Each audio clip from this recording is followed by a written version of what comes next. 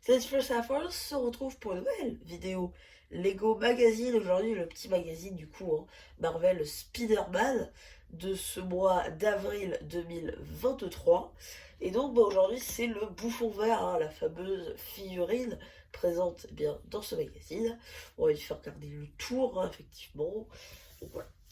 Donc déjà le prix, 7,50, c'est un petit peu cher, mais bon derrière on a quelques trucs assez sympas qu'on verra juste après, mais voilà. Donc du coup la figurine déjà du bouffon vert avec son planeur, le planeur déjà il est plutôt pas mal et c'est pas la même technique que ce qui a été utilisé par exemple sur le Daily Bugle, même si bon à quelque chose près c'est ça, hein. Mais voilà je le trouve assez sympa et ça reprend assez bien les couleurs du personnage. Le bouffon vert, pour le coup, avec ses bombes, du coup, bien voilà, en citrouille, hein, réalisé avec des têtes oranges sans impression et des flammes. Ensuite, la fiole classique du bouffon vert présente notamment dans cette configuration-là, c'est-à-dire avec les fameuses jambes sans impression, c'était dans son méca sorti en avril 2022. Donc voilà. Donc c'est tout pour cette mini figue. Voilà, on n'a rien de neuf sous le soleil du coup pour cette figue. Hop, toujours le petit polybag papier, ça fait plaisir. Voilà. Ensuite, concernant les cartes, alors on a du coup en carte exclusive Black Panther. Donc là, c'est sa version qui était sortie en 2020 à l'occasion du jeu. J'ai eu du coup la carte numéro 23 dans mon booster Iron Man. J'ai eu la carte numéro 23, 147, la 163, la 133, la 28 et la 112. Voilà. Donc ça c'était pour les cartes. Du coup ça fait qu'on a eu 7 cartes dans ce magazine là. Ce qui peut-être prouverait un petit peu le prix 7,50. Donc, du coup, le magazine, pour sa part, voilà, la petite page d'accueil, on va dire. La couverture. Petite pub pour, du coup, le magazine, Star Wars, avec la figurine d'Obi-Wan Kenobi.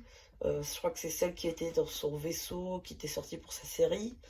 Ensuite, là, on a, du coup, le sommaire avec une page du journal Daily Bugle.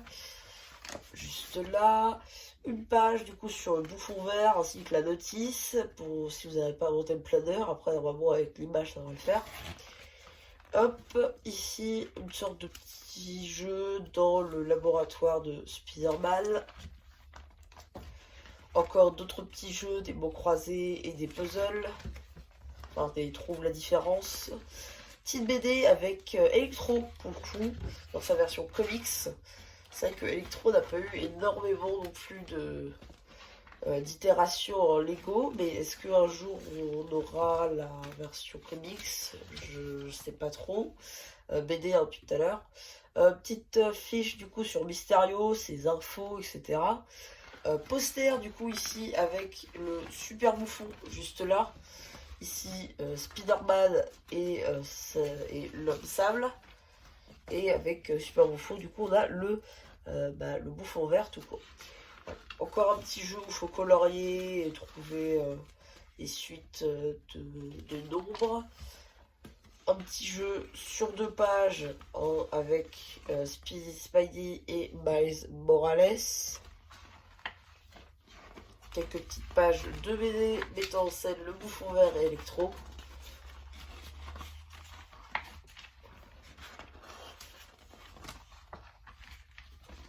Fin de la BD juste là. Avec une petite mission, un petit jeu du coup, avec des trous, il faut trouver les parties correspondantes. Petite publicité aussi pour les sets, des figurines à construire du coup de Spider-Man, Miles Morales et Venom. Petite pub pour le magazine Ninjago normal, que je vous ai déjà présenté sur la chaîne, il est déjà en ligne.